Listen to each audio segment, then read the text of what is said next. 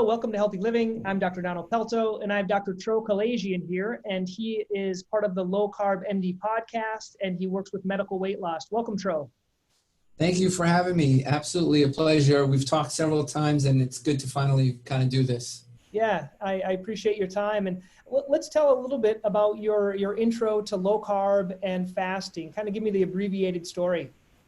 Yeah. So how I came into this is let me be honest with you. I have to thank my wife. Because I was a 350-pound doctor. I had just diagnosed her dad with an aneurysm. Some other people missed it, and she's like, I had just, finished my board certification, scored on the 90th percentile, and she played me like a fiddle. She was like, you're a smart guy. You did this, you did that, why can't you figure out your weight issue? And I was a 350 pound attending at the time. And she knew exactly what to do to play me. And she's like, why don't you just go read and figure it out? So, Donald, what I did was I went straight to the books. I went to all the studies. I started reading nutrition books. I read over 1,000 papers, 300 books, and it's right there. And what would you do if this was a drug for weight loss? What would you want? You'd want the head-to-head trials. What does better, low carb and intermittent fasting, or eating multiple small meals and eating low fat? What does better? Mm-hmm. And so I went to the literature, and I'm looking at it critically as if it was a drug I was going to prescribe for a foot infection or pneumonia or whatever it is, right? I'd want to know what does better. And lo and behold, low carb does better, and intermittent fasting does better. And I'm like, wait a second, how does this make sense? This is not what they taught us in medical school, right? This is not, what they taught us for my internal medicine board certification exam, right? This is not what the message is. Low fat, eat small meals, lean meats. Like, how does this make sense? So I have to thank my wife, because she led me down the rabbit hole. And once you go to the literature and you look at all the head-to-head studies, study after study supports low carb. And so, and then if you look at multiple small meals versus narrower, eating windows do better, right? So the message of, wake up and eat breakfast and have multiple small meals, I'm like, what's going on? Like, this has been said for the last 30 to 50 years. So I have to thank my wife to opening me up to it. And really the literature has all of that data there. Mm-hmm. That intermittent fasting is likely preferable, particularly in prediabetes, diabetes, and low carb does better in overweight or obesity, right? So the data is there, but the guidelines, the dietary guidelines don't say that, which is a lot of what the medical organizations base their recommendations off of. And even the medical organizations at the time, the American Diabetes Association, didn't even say low carb was a reasonable approach. Only in 2019, after, some aggressive kind of campaigning and people on the committee kind of forcing them to look at the overwhelming data, did they really kind of accept low carb as a medical nutrition therapy? So you're right. I mean, this is a rabbit hole, and I went to, and I got exposed to it because they didn't teach us this in school. Did they teach you it in school? No, I had maybe one class on nutrition. That's about it. Right. Yeah. So they didn't teach us this in school. I got a little bit more nutrition training in my medical school, but they certainly didn't teach us. And when you go to literature, it's whatever they did teach us was wrong. Yeah. Well, let's say, so our audience are going to be in the community here of Worcester or online. People, let's say they can't go to the literature. If they can't go to literature, they're not doctors, they don't want like academic journals. What are some good resources? Let's name a couple of real good books, a couple of really good websites or podcasts. Yeah, absolutely. Dietdoctor.com, no affiliation with them. I'm on their advisory board, but it's not a paid relationship. Dietdoctor.com is probably one of the single most beneficial resources for low carbohydrate eating and low carbohydrate information. They make it very easy. Any book from Jason Fung, who, and the fastingmethod.com. That's also an excellent resource. Jason Fung's books are amazing. Obesity Code, Diabetes Code. That's probably where I'd start in terms of podcasts. I heard there's this really good podcast called the Low Carb MD podcast. There's another doctor. His name is Dr. Lenskis, who's another host on there, along with Jason Fung and Megan Ramos. I've heard that's really good. I have to disclaim that I'm also a host of that podcast, so I have to put that disclaimer out. Yeah, these are, the easy resources. YouTube has a ton of resources. You can literally watch lectures, from prominent thinkers. Just type, low carb nutrition and maybe stick to presentations from Low Carb USA or Low Carb Down Under. These are, these presentations are online. There are some Low Carb Denver is another great conference that has medical grade lectures, at your fingertips on YouTube. So Low Carb USA, Low Carb Down Under, and Low Carb Denver are just amazing resources. And, Jason Fung, Megan Ramos, the Fasting Method, Diet Doctor, those are the main ones. Yeah, those are the ones I started with. So I'm at the bottom of this video, I'm going to put the link to all those resources that you mentioned. So let's get into it. So let's say they've researched a little bit and they say, I brought it up to my doctor and they said there's not enough proof, or they don't know if it'll work, they don't know if it's safe. What do you say to that? Does everyone in your community recommend intermittent fasting and low carb, or maybe not? Look, it really depends on the patient. So if somebody comes to me and says, there's no way I can diet without doing, without eating cake, I'm not going to look to take away that cake from you. Okay. I'm going to see if I can replace that cake with a lower carb version. Maybe we'll make it with almond flour and sweetener, like monk fruit that's been around for ages, or erythritol that's been around for ages. We'll get what you need, right? So you can make the lower carbohydrate diet happen. And when you come to me and say, well, wait a second, I thought breakfast was the most important meal. Well, the whole reason we eat low carb is to make some ketones, and then those ketones suppress appetite, and your stable blood sugar and the higher protein, those suppress your appetite. So why would I want to force you to eat when you're not hungry, right? So a lot of people come to my practice and they're eating 4 or 5 times a day.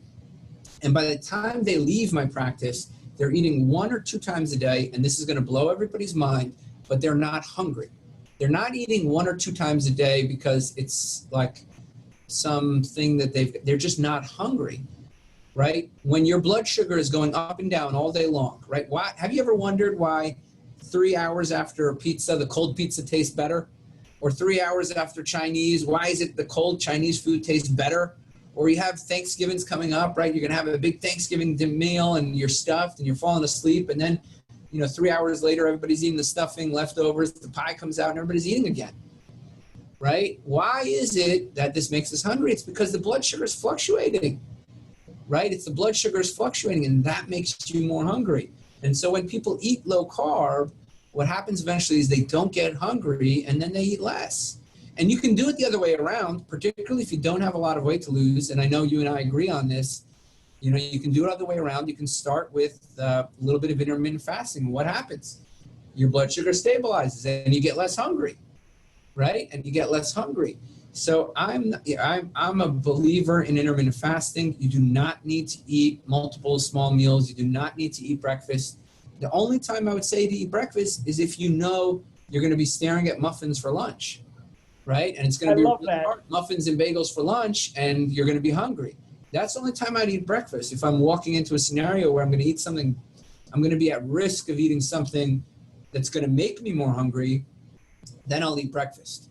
That's great. Right? So yeah, this nonsense about eating breakfast, it's long gone. Yeah. Okay. So we're about 1 p.m. now. We're almost 1. Have you eaten anything today? I haven't eaten yet. Yeah. No, I haven't eaten anything. Yeah. I'll eat when I get home at about 5 o'clock tonight. So that's when I'm going to eat. I don't know when you're going to eat. Yeah, look, and you're absolutely right. I'm going to eat probably 3 or 4 o'clock with my family, and that's like a typical day for me. If I really, really get hungry, maybe after the gym or something like that. I may have just some a protein like meat, fish, chicken, eggs, Greek yogurt, something like that. Usually I do 1 to 2 meals a day. I call it 1.5 meal because, some days I'm hungry and I eat 2 meals. Other days I'm not hungry at all. And I got to be honest, for my 35 years before, I was a 350-pound doctor for 35 years. I never felt non-hunger. I never skipped a meal. Now I skip meals and it's like, I don't even know, I forget that there was one time I didn't eat for 2 days. I didn't realize it. My wife's like, you didn't eat dinner yesterday, and I just didn't eat the next day because I wasn't hungry. I had a med student with me last week, and we just worked through, and it was 3 p.m, and he says, are we gonna stop? I'm like, no, if you need to eat something, go ahead. I forgot to tell him to go take a lunch that day because we had to come and see some patients at the hospital. And I don't know about you, but doesn't it simplify your life a little bit? Yeah, not having to plan another meal. Look, for me personally, I have a lot of issues.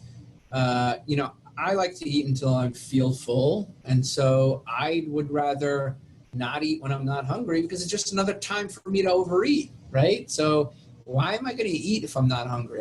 I'd rather prefer to not be hungry. And then when I am hungry, eat until I'm reasonably full. And that ends up with me eating 1 to 2 meals a day. If I tried to do that by eating pizza and cake and cheeseburgers, with the buns and, Chinese food with the fried rice, I wouldn't be able to do it. I'd be so hungry. It would be impossible. And that was my life before. I couldn't go 3 hours without eating. Yeah. Right? Because I was constantly hungry. But once you fix the diet, you eat fish, chicken, eggs, Greek yogurt, you eat filling foods, you really don't need to worry too much about, you're just full. Yeah. You're just full. You don't have to worry about preparing for your next meal. It's like, I'm not hungry. Yeah, that's awesome. Tro, let's go into kind of the two scenarios that I see in my practice. And once again, I just give people recommendations. You actually do this with medical weight loss, but let's say those patients that come in that want to lose about 25 pounds and get healthier, and those other ones that you see they need to lose between 50, 100, 200, pounds. Let's start with the ones 25 pounds or less. How do you help them? Yeah, so we have a pretty standard approach, which we found to be pretty flexible. And it really, it really depends where people are. If people are insulin sensitive, okay, and they don't have an appetite issue, right, intermittent fasting is really easy to implement. Okay, if you're generally not hungry, you're insulin sensitive, you don't have prediabetes, you don't have diabetes, you don't have prehypertension, you don't have hypertension, right? You can tolerate more carbohydrate, right? So we're not so focused on lowering the carbohydrates, and we're more eager to see if we can narrow their eating window.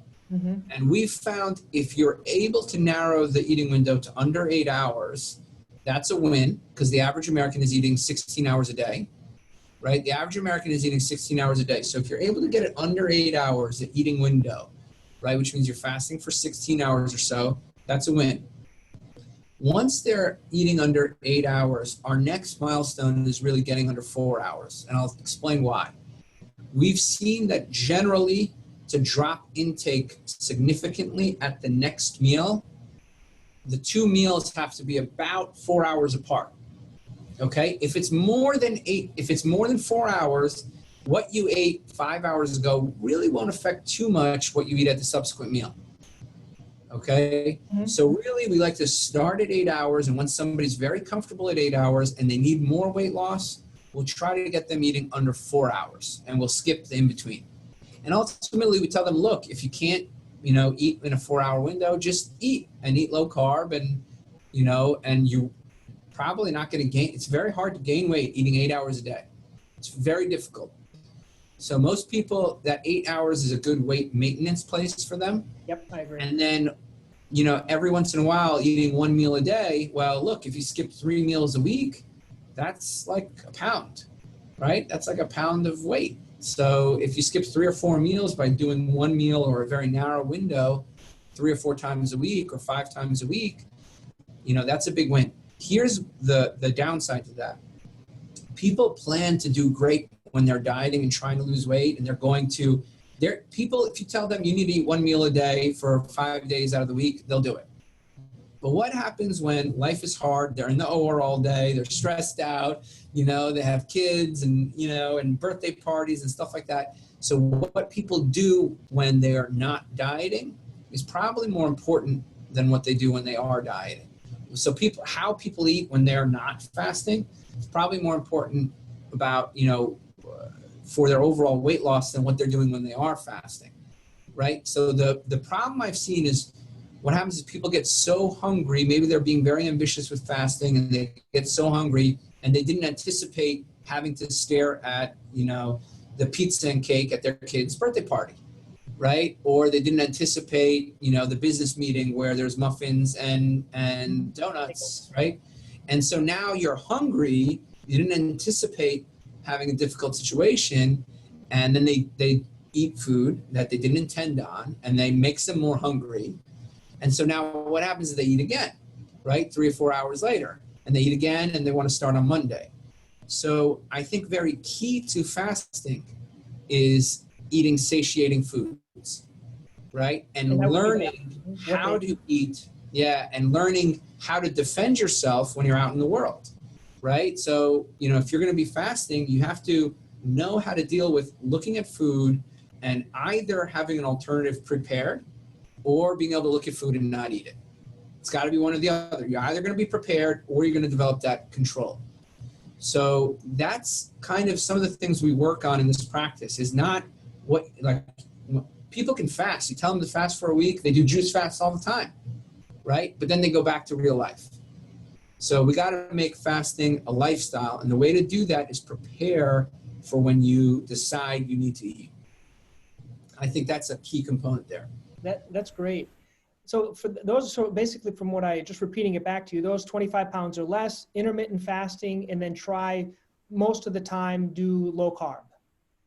Yeah, as best as you can. And particularly if you're going to eat outside of your window, okay, keep it low carb. If you're going to eat cookies, you better make them low carb cookies. If you're going to eat pizza, you better make it low carb pizza, or maybe just scrape the toppings off.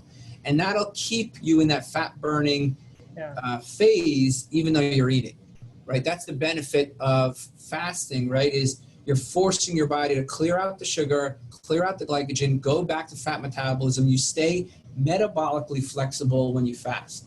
And so if you decide you're going to break it, if you can keep low carb when on the 1 or 2 days, look, you're not going to be able to fast every day. That's the reality, right? We're all human, right? You have to live. Ask the average person, how many times a week do you take your multivitamin? They take it maybe 3, 4, 5 times a week. So they have to plan to not fast 2 or 3 times a week. Okay. And what you do, if you keep it low carb outside of that fasting window, you're gonna go a lot further than if you were to eat carbs. Now, what about this thought? Before I was doing this, they talked about cheat meals or holidays. Do you ever talk to your clients or patients about pre-fasting or post-fasting? Let's talk about Thanksgiving or a birthday party. You're going to enjoy yourself. Is there any problem with enjoying once in a while? I think it depends on the appetite. If there's some people who come to me and say, look, if I have one piece, it becomes 1 week's worth of pieces, and then I have to start again on Monday, and Monday never comes, and I've just gained 30 pounds. So a lot of people are like that, right? Where the appetite is out of control. So for those people, look, if you were talking to an alcoholic, it would be, they don't say, I can just do a little bit. They don't do any. Yep. Right? They don't do any. And if you look at people who maintain lifestyles very well, and I'm not advocating for veganism, but veganism, those people, that community, they keep to their lifestyle very well because they view meat as not food. Right? So a lot of times people do well when they look at sugar and carby foods as not food. Okay? Now, there are other people, like my wife, for example, she's like a 90% low carber, right? But she doesn't have any appetite issues. She can eat half a slice of pizza and be full. I never related to that person, right? She can literally eat half a slice of pizza and she's full. If that's you, great. Go do it. It's working for you. You can do your intermittent fasting, have your 1 slice of pizza, don't be hungry 3 hours later, and you're fine. Okay? So most of the time, we recommend against cheating. Because most of the people coming to me have a real appetite issue. But if you don't have an appetite issue and you can tolerate carbs and it doesn't make you more hungry and you can go back to fasting and it's not a problem, go for it. Like, sweet potato, go for it. That's healthy. Fruit, great. Keep it in your diet. But Yeah. if you need those ketones and that stable blood sugar for appetite suppression, then we're evangelizing those people to not do the holidays, stick even lower carbs. So it really depends on the person. Yeah. Let's say you're one of those persons that maybe where you were at, where they needed to lose 100 or 200, they're diabetic, 200 pounds. Where does it come into? I found something that's worked really well is alternate day. I just think that's a really keen way of doing it. What are your thoughts on alternate day fasting and just, how to step up if you need to lose a lot? Yeah, so the way we integrate fasting is we treat it like a drug, okay? We start everybody, get them eating satiating foods, okay? That's the first step. Any problems that any problem foods, whether it's chocolate, whether it's pizza, whether it's bagels, whether it's, ice cream, whatever it is, potato chips, we will replace it with a low carb version, okay? That's the first step. And then don't eat it. If you want to be good, don't eat it. Okay, first step is replace the foods that are hard to restrict. The second step is then wait for the appetite to suppress, which usually takes 3 or 4 weeks. And then we'll introduce time restriction, okay, which is like keeping a 6 or 8 hour eating window, whatever's comfortable for that for a person. If that doesn't work, okay, we will then bring them down to one meal most days. Meaning on some days they eat one meal, some days they eat 2 meals, some days they eat 3 meals. But the goal is to try to eat 1 meal per day, okay, on most days. And we call that 1.5 meal. If somebody's not losing weight on 1.5 meal and they think that they need further help, or let's say they, maybe have some insulin issues that are very unique, or we may actually push them into fasting, okay? And then we'll push them into 1 42-hour fast a week. And if that doesn't work, we'll add a second 42-hour fast a week. And if we don't get the results that we're looking for, typically we will then add a third, and that's where we'll stop. 3, then that comes to alternate day fasting. So we treat it like a drug, okay? We dose escalate the drug based on the desired effect. If we're not getting the effect with time restriction, okay, we'll narrow the time restriction down to 1 meal. If we're not getting the result with 1 meal most days, okay, and we keep it flexible, we will then add, 42-hour fasts. And if we don't get the results with 1, we'll add 2. If we don't get the results with 2, we'll add 3. That's great. And you can tell. And now, do you monitor? Is it once a month or once every 2 weeks, or do you have patients monitor? Once a week. Once a week. Our weight loss program is once a week, basically, for at least 2 to 3 months, and then, then we drop it down. It's hard to implement these challenges. This challenging kind of changes. When everybody and every single nutritionist is saying eat breakfast immediately upon waking, eat 7 small meals, and now we're telling you, you don't need to do that, right? It's a challenge, right? I went to a party and everybody was like, why are you not eating? Right? That's a challenge. Nobody's going to give you a pat on the back for keeping your carbohydrates low. They're going to say, try a piece of cake, right? Just try a little bit. They're going to say, just try a cookie. Just try a little bit.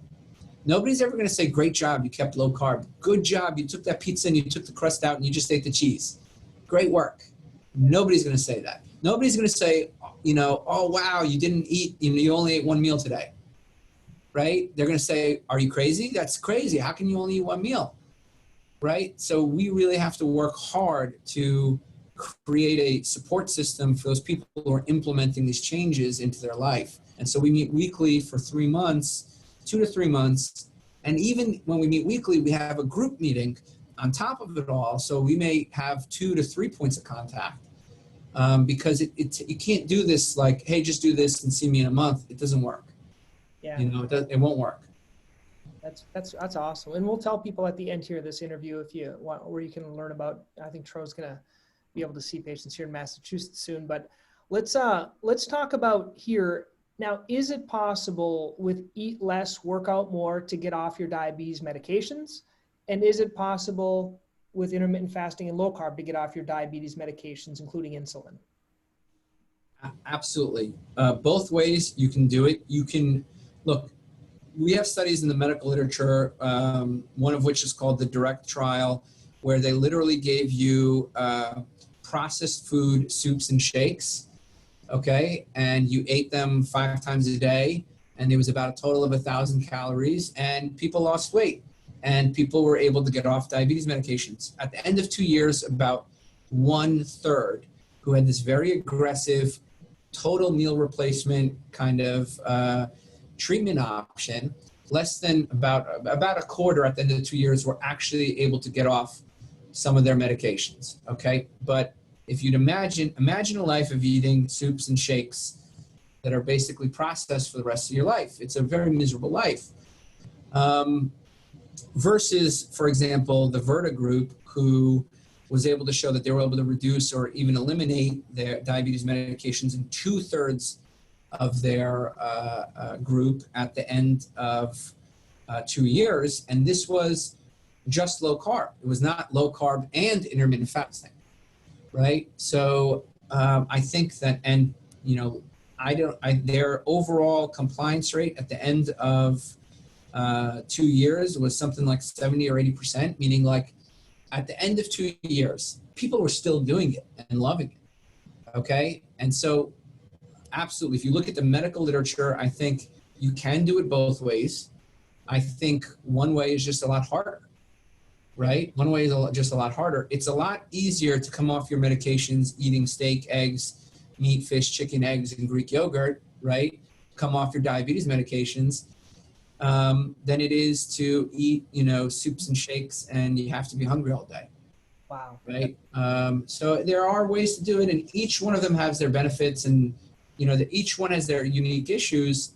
But I think, you know, from my perspective, it's not even a choice. Low carb is better. Awesome. Okay. But it's certainly not the only way. Yep.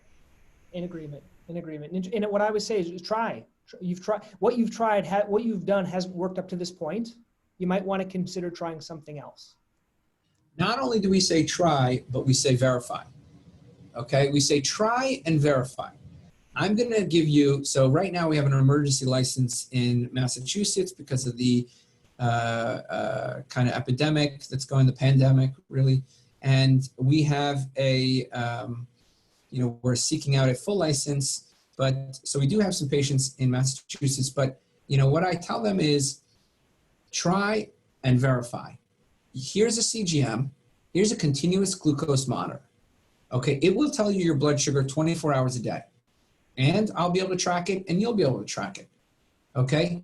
Have the oatmeal and the bananas and the, you know, Honey Nut Cheerios that they told you to eat, and see what it does to your sugar, and see who lied to you, okay? See who lied to you, because you're here, you know, listening to a guy who's saying to eat low carb, to eat, you know, meat, fish, chicken, eggs, Greek yogurt, green leafy vegetables, low carb fruit like, you know, avocado, zucchini, olives, blackberries, strawberries, raspberries, right?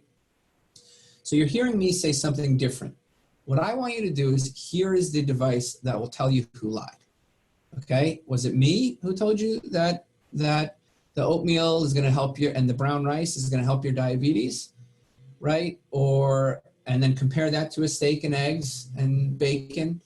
Okay? I mean, look, I'm not telling everybody to go eat bacon, but see what that does to your blood sugar.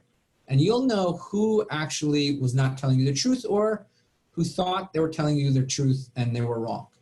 And then, you know what? Eat 7 small meals, right? Have 7 small meals and have it be the Cheerios and the oatmeal and the, you know, and the whole wheat bread and the brown rice, and look at your glycemic variability. Look at how much your blood sugar shifts. And then compare it to me, who's going to tell you to eat, you know, 1 or 2 meals a day and eat filling foods and eat till you're full, and see which blood sugar looks worse to you. Okay. So you don't have to believe me. You don't have to trust me. And then not only that, I will give you a script. I'll give you a script to measure your cholesterol, to measure your triglycerides, to measure your HDL. Okay. I'll give you a script right now before you start, and I'll give you a script 2 months from now and 4 months from now and 6 months from now. So you don't have to trust me. You will verify what I'm telling you, Okay. And you don't have to trust them. Okay. I know they lied to you. I know they lied to you. Okay. I know they told you and I know it because I see it every day in my office, right? People eat meat, fish, chicken, eggs, and their cholesterol gets better. Their triglycerides decrease. Their HDL improves. Their good cholesterol goes up. Okay. Their diabetes resolves. Wow.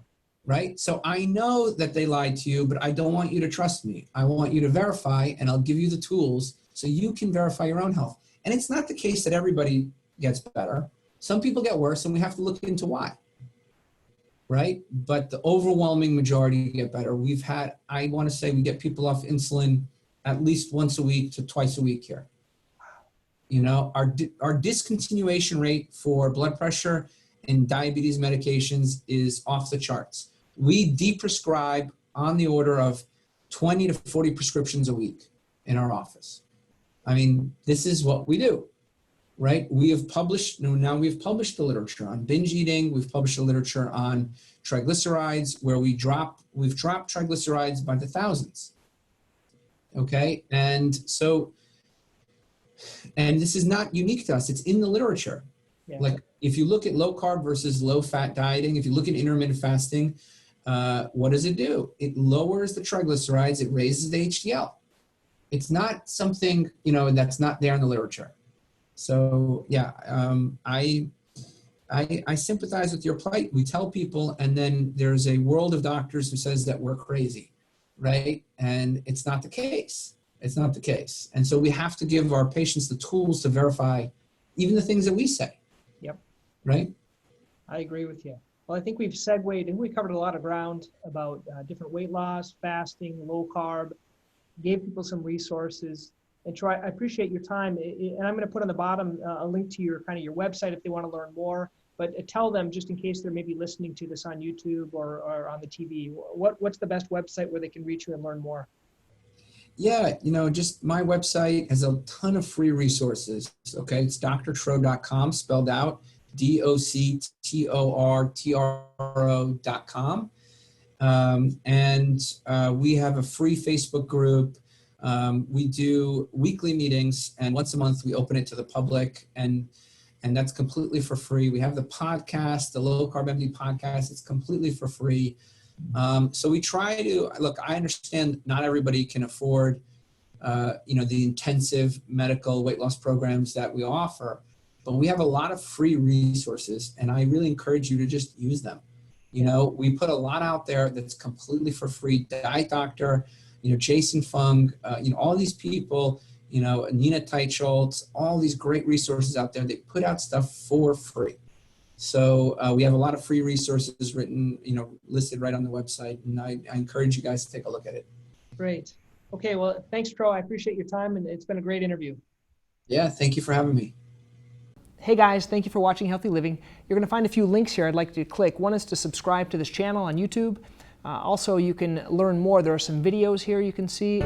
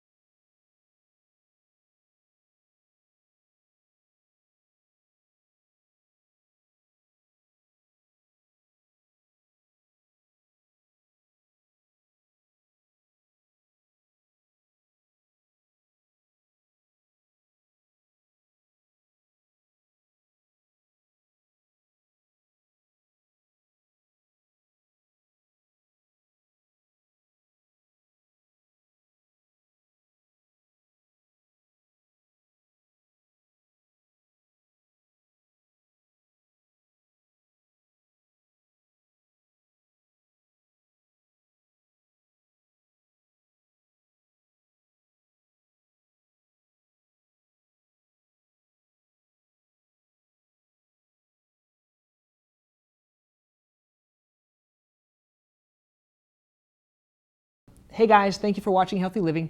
You're going to find a few links here I'd like you to click. One is to subscribe to this channel on YouTube. Also, you can learn more. There are some videos here you can see.